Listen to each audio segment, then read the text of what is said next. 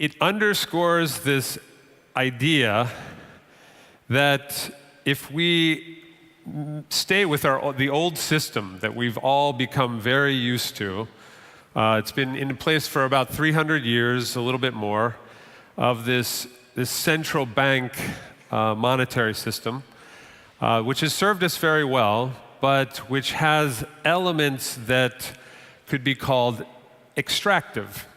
There's a great book, Why Nations Fail, that was very influential on me, and it puts forth a thesis that nations fail today because their extractive economic institutions do not create the incentives needed for people to save, invest, and innovate. Extractive political institutions support these economic institutions by cementing the power of those who benefit from the extraction. Now, that's a way of saying that that the way life has evolved in the last 300 years is we've created these centralized institutions, and they've been very effective, and it's led to a very modern society. But in the process, we've created institutions that tend to consolidate power, and they basically extract the power for the benefit of those that are in power, of a ruling elite. This is a model that, again, served us well, but we're in a paradigm shift right now. This is the very beginning of it, and it's a paradigm shift that is distributing power, and that's a good thing if it's done in the right way, because distributing that power is something that's much more stable, and this is talked about. There's a lot of great history that is in this book that talks about how that dynamic is working, where concentrated power ends up becoming less stable because it is so concentrated, and distributed power, which is, I think, what is exactly what the blockchain is about. It's about transparency and distribution of power beyond just a ruling elite, beyond just a few people making all the benefits and extracting all the benefits from a society. And so I believe that this is a pathway, and we now are in a situation where we can create systems that serve not just a ruling group that's in power, but that can be benefiting all the participants in a system. And there's a great example of this that occurred in Switzerland, and it's been very influential on me. And so everybody in here knows that Bitcoin, or at least a lot of you know that Bitcoin was created in 2009. And right around 2009, 2010, I was deeply involved in looking at complementary currencies. So these are currencies that sit side by side with the central monetary. So cryptocurrencies are complementary to our other currencies.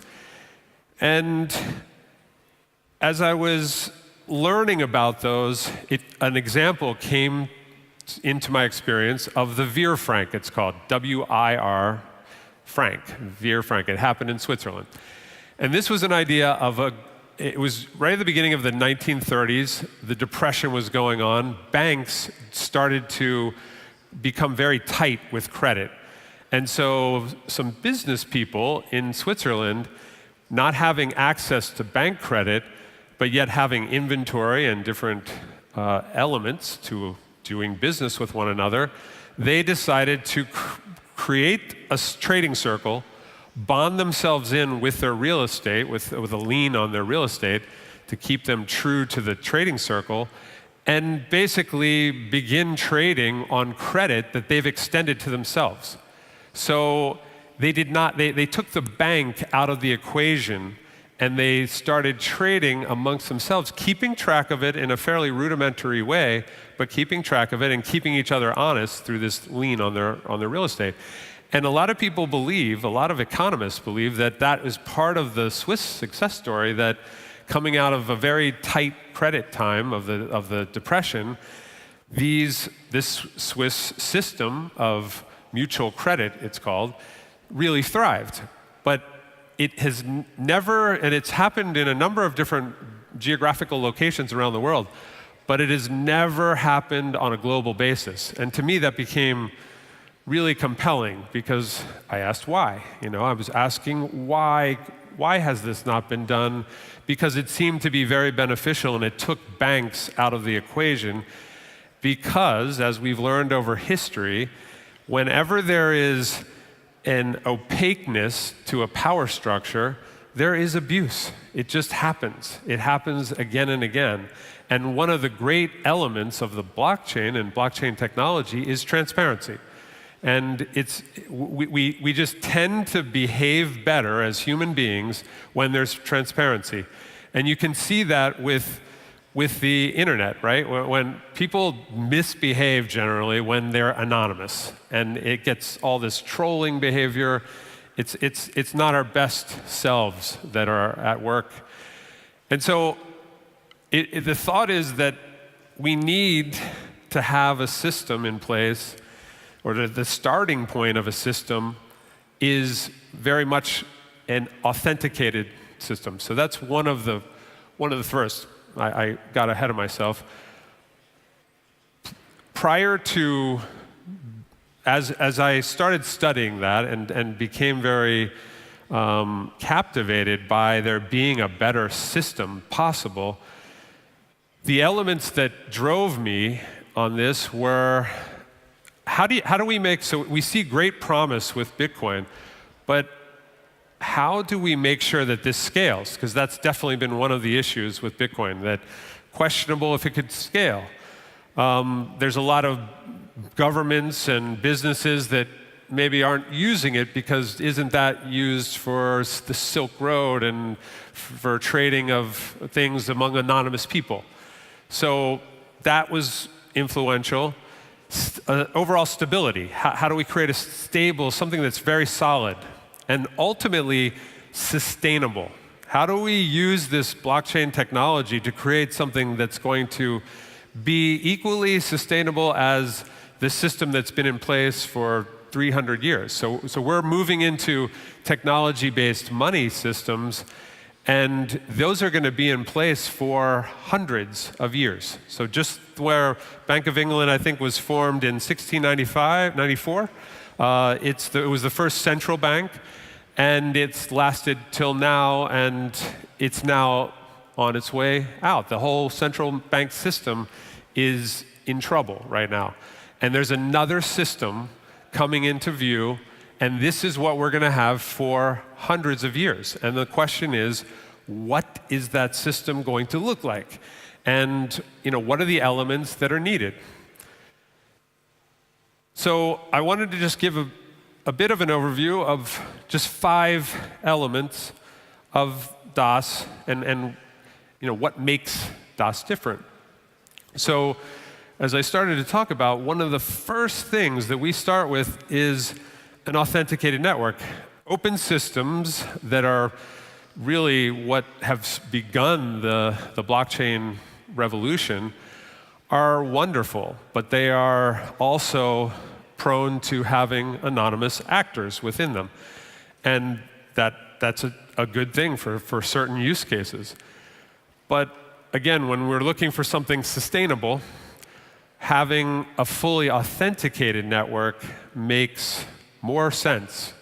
It made more sense to me. I just thought this is a way that we could comply with regulations, because there's always the government needs to be in the equation. You can't try to go around the government. We need new systems that are going to allow there to be, for it to really scale, you're going to have the governments involved. And so to do that, you need to do something that is built into the DOS system, which is a KYC process, and that stands for Know Your Customer.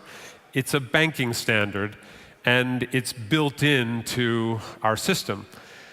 We use that this way we know who's trading on this.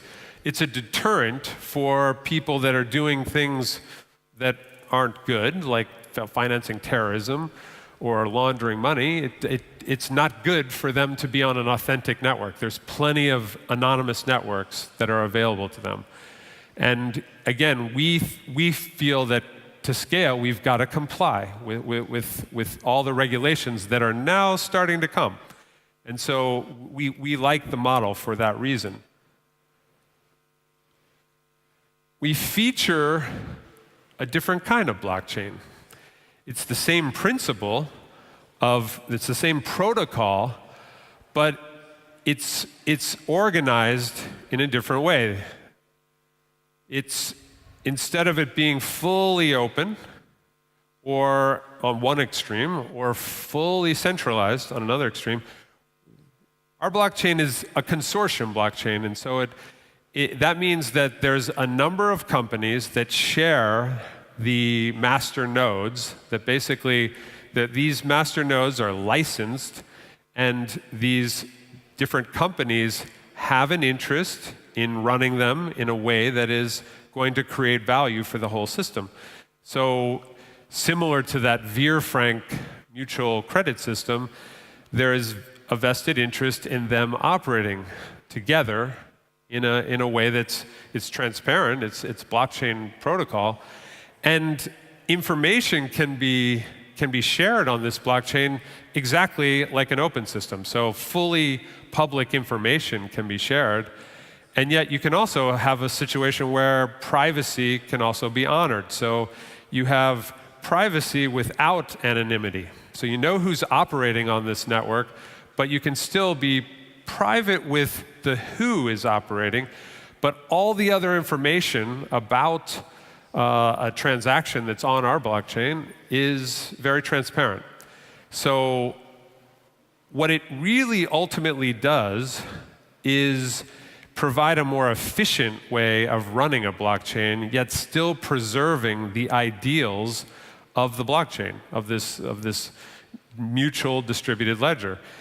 And there's a guy that many will know if there was great familiarity, very impressive, by the way, on the early part of this day with the knowledge of this group. So a lot of you may know the name Vitalik Buterin, and he is a well-known creator or founder of Ethereum, and he is one who has spoken on this idea that there's one true way to be blockchaining is completely wrong-headed. And this is something that you'll see in the community, within the crypto community. They want, I just feel it's a limiting thing when you have a whole new technology, and this technology is really turning on the world. The world is wanting to explore blockchain, and yet there's a lot of people that think there's really only one true way to do a blockchain, and I say that it's a limiting thought, because we have to explore the potential for having more efficient forms of blockchain that are operating in ways that are equally preserving the ideals. There's trade-offs in all the models. Like there's no one way of blockchaining that is perfect and then one that's not perfect. There all are trade-offs, like everything in life. And so we just take our blockchain is very efficient, and what's possible because of that are 6-second blocks. Those are confirmed transactions within 6 seconds. It's highly scalable for transactions. And up here you can just get a sense of that Bitcoin at its current current rate is about 3 transactions per second. Ethereum about 20 transactions per second.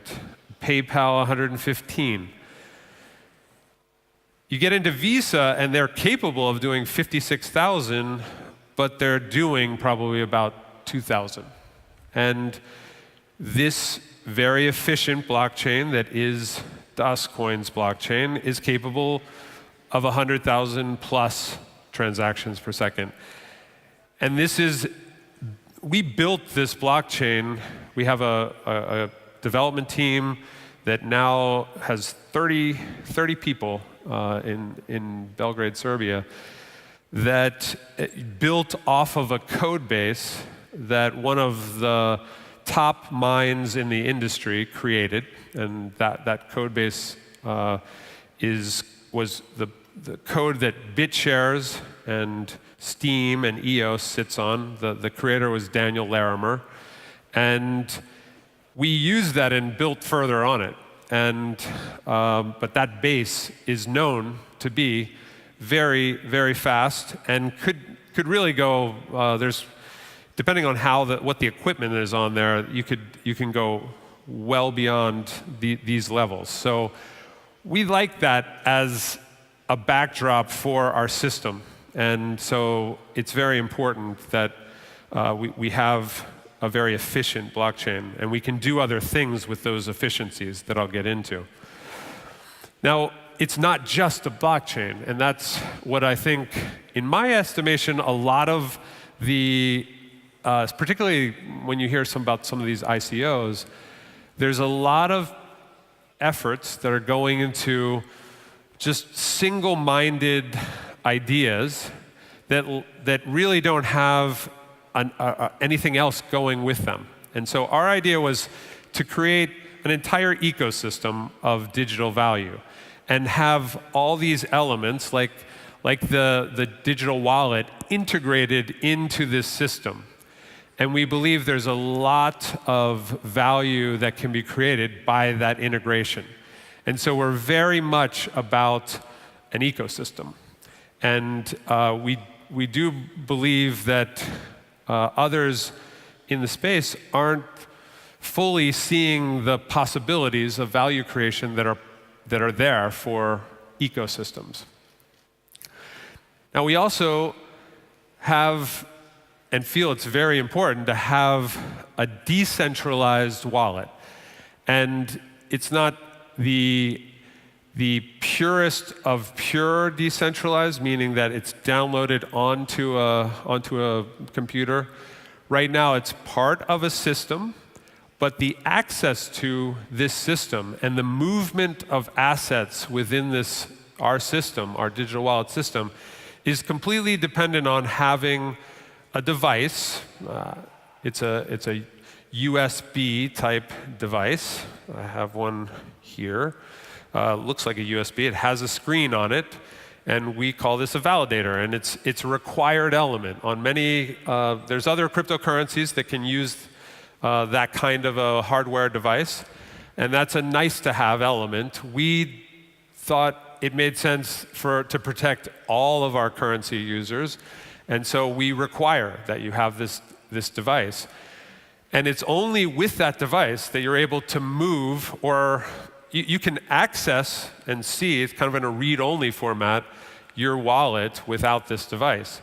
But you cannot move or trade, sell, buy without this device. And so it's a really important factor.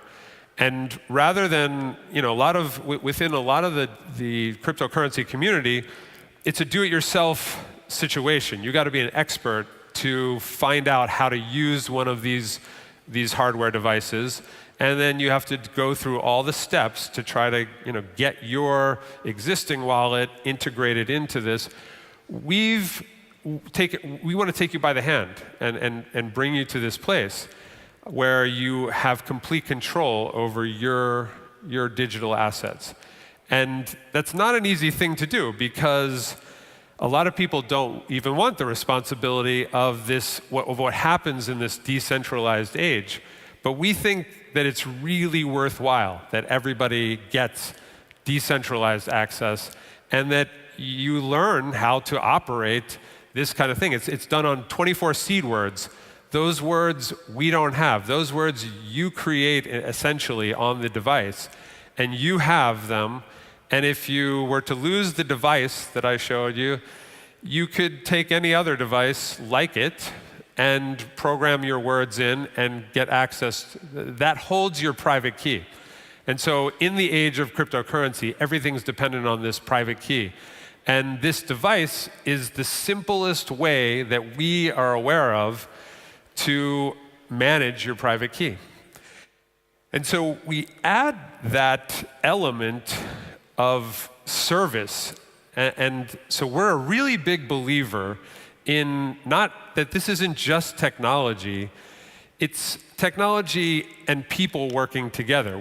I see a lot that Satoshi Nakamoto, who created Bitcoin, that person or persons, was interested in creating a trustless system. It was on the aftermath of the 2008 crisis, and he was like, we keep trusting these central systems.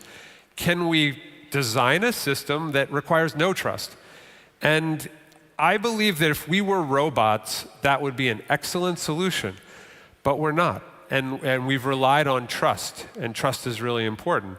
And so I do think if you can take the people out of the equation, you don't need trust. But if anything is ever working with people, that you're going to have some way of trust. And I think that technology can enhance the trust. And that's what blockchain technology is about. But we are adding a level of personal involvement. I think of it as full service, and I think of it related to our ecosystem. So we provide a full service element to the ecosystem that when we get into running blockchains for businesses or governments, they will need assistance. That when we get into smart contracts and running independent smart contracts for different companies and different individuals, there is not a perfect code that necessarily has been ever created. There's always potential for code not having glitches. So we want to have a mediated type of smart contract in a very positive way. It's not at all centralized. It's just the option of a mediation, arbitration to smart contracts. It's a very normal thing in the realm of regular contracts, and really what smart contracts are is just the technology taking over for much of what lawyers do today. And it's an efficiency. There's tremendous efficiencies that are available through this technology applied to the realm of contracts. But the fifth and final element that we bring is we decided to use a system of incentivized marketing. And the idea for that, a lot of people will ask, why that? And there's a lot of people that feel that this kind of marketing is not legitimate. And there has been abuse of this kind of marketing in the past. And yet, we are very firmly supportive of this way of spreading the word and rewarding people. It really comes down to that. So, I would like to bring everyone's attention to the fact that a lot of people here are members of Facebook. And Facebook has built a huge network, and it's close to 2 billion people, I believe. And everybody on Facebook is creating their own content and sharing it with their friends. And most everyone on Facebook heard about it from one of their friends. And yet all the value that's being created is happening on the backs of everyone's privacy, everyone's content, everyone's marketing efforts. And yet the only people getting any value from this network is a central company called Facebook Inc. And they and the executives and the shareholders of that company extract all the value to them personally.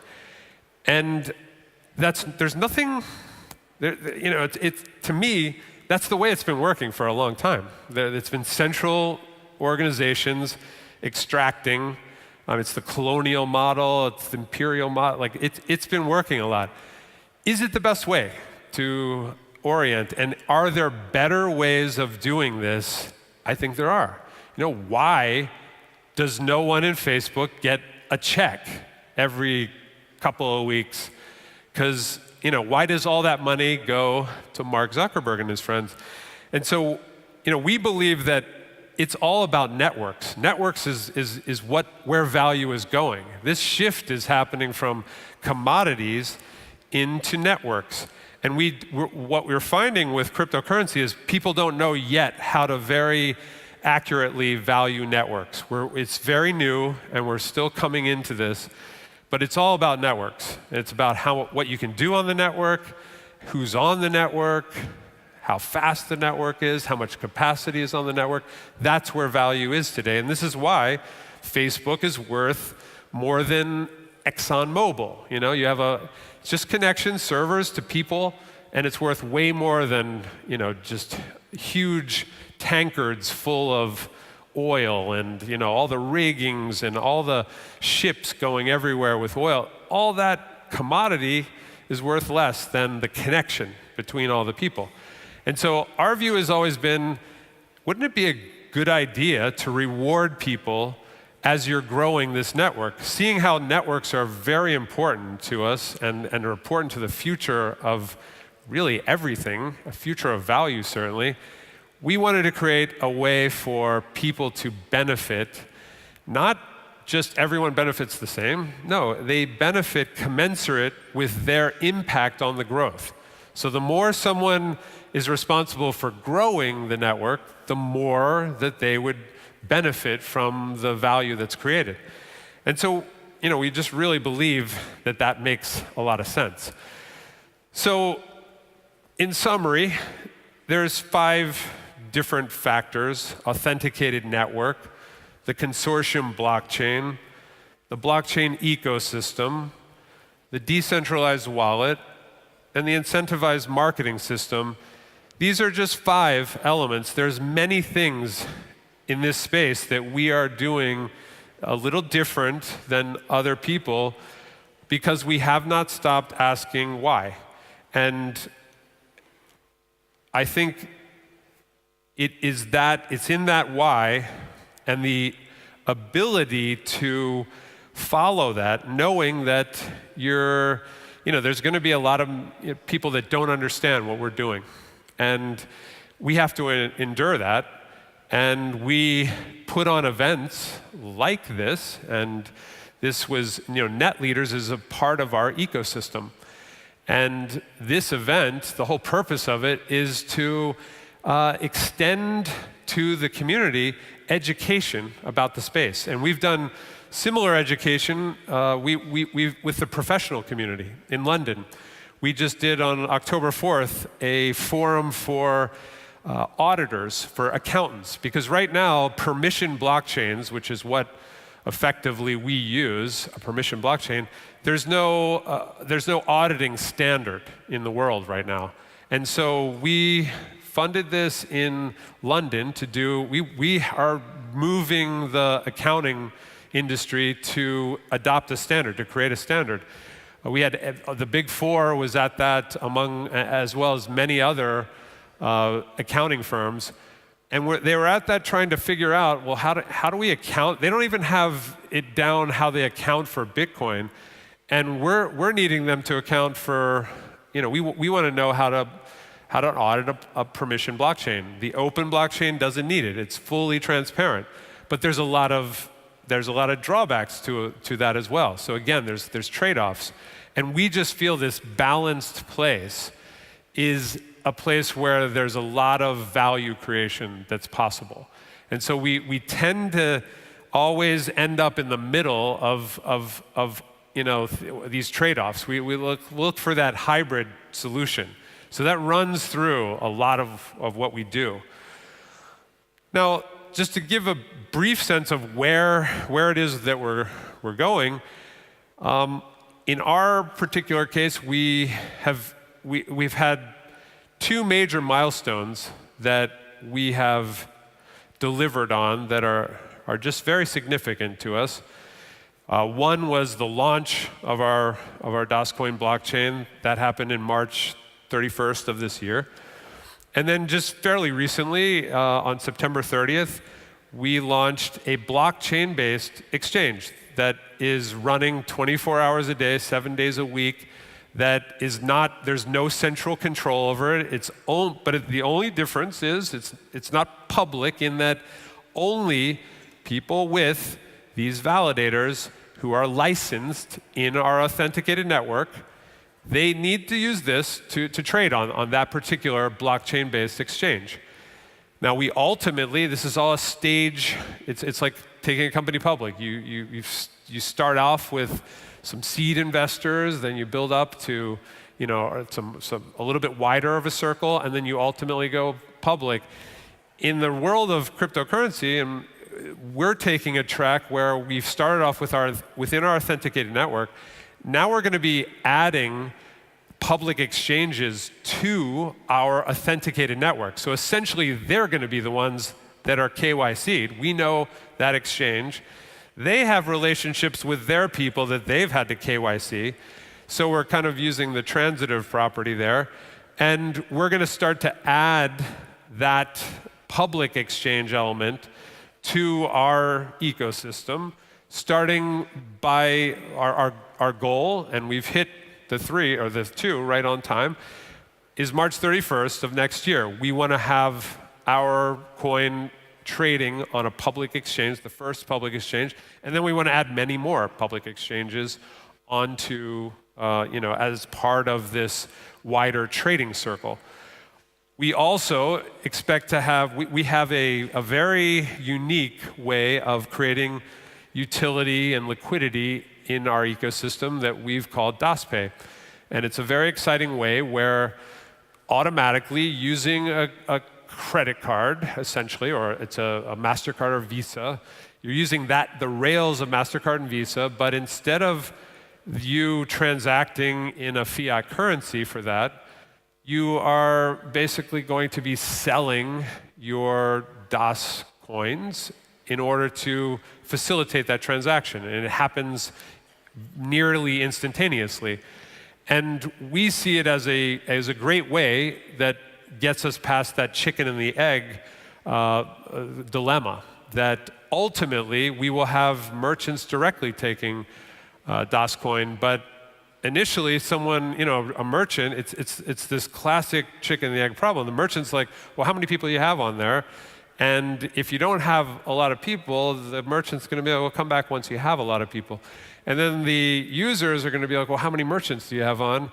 And they're going to say, well, come back to me when you have more merchants. So there's this huge chicken and the egg dilemma that affects many network businesses. So anything that's a network always has that dilemma. And on the other side, if you have a network that gets past that sticking point, it has these tremendous, what they call network effects, where it just starts to build and build and build. And that's why you have networks like Facebook that, geez, there could be so many social networks in this world, but there's really only one main one because of network effects. There's so many people on Facebook that, as far as the social network's concerned, why go anywhere else? And so it's because of that we feel that this model is really important, because we do believe that in time, whoever is offering the service, that whoever cracks this equation is going to have tremendous longevity. And it because of the network effects. So the key right now is figuring out what is that perfect solution, but we believe that people play a big role in that. And that's why we are really looking to have a more full service type of offering. We want to leverage people in the equation. We want to reward people that are expanding our network. It's all about networks. So it's just an important element to our DNA that I want to convey to everyone. And really, along the lines of the why, this quote comes to mind. and it's from Robert F. Kennedy, and he said, "There are those that look at things the way they are and ask why. I dream of things that never were and ask why not. And I believe that you can't stop it just at the dreaming." And so I think the why is where you start on the solution path. And then you got to start to ask, you got to put together a plan, and then you got to start asking why not, and you got to start moving on your plan. And that's been the philosophy of where, what's behind what DAS has been thus far and where we are right now. And so I just wanted to share that with everybody. So thank you very much, and I appreciate your time. Thank you.